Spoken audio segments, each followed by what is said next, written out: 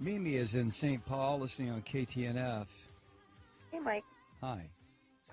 Well, I'm confused. I want to talk about Israel. And so can you even imagine any other country in the world allowing 530 rockets to fall before it took a step to defend itself?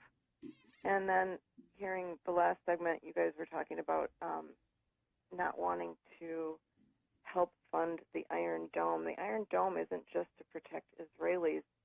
It's also so that they don't have to fire back and cause casualties in these areas of the Gaza Strip where the population is so densely populated.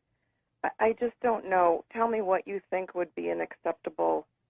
When are the Israelis supposed to defend themselves? How can they do that? Well, wait a second, Mimi. Let me just turn it around and ask you something. You are a family. You have lived in St. Paul, Minnesota, for your family and your antecedents for probably, let's say, 100 years. And all of a sudden, I show up on your doorstep, literally on your doorstep. And I say to you, Mimi, get out of this house. This is my house. Let me tell you why it's my house.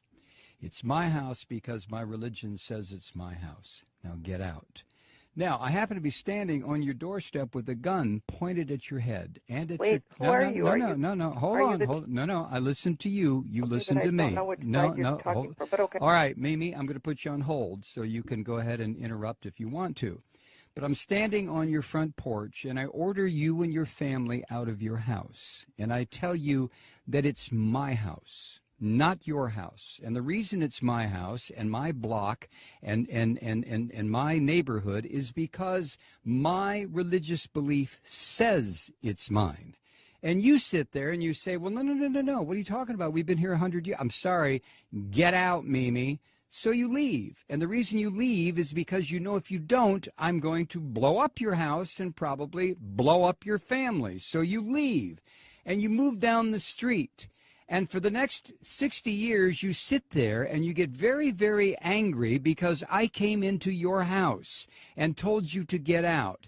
So what you do, Mimi, you decide, well, I know what I'll do. I'm going to start throwing rocks at what used to be my house, and it'll break the windows. That'll make that damn Malloy move. So you start throwing rocks. And then I come outside and I say, Mimi, were you throwing rocks? And you look at me rather sheepishly, and that's when I level an RPG at you and your family and your house, and I pull the trigger, and all of a sudden, whoosh, you're all gone.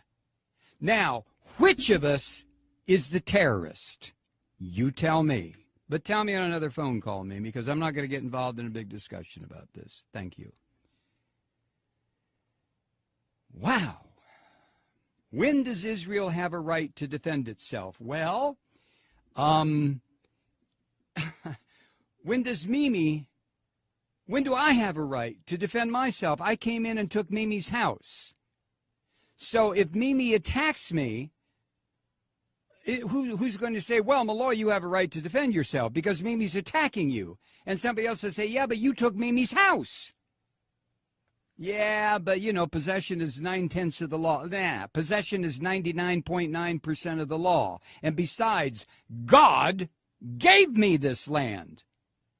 What the hell is Mimi doing on it?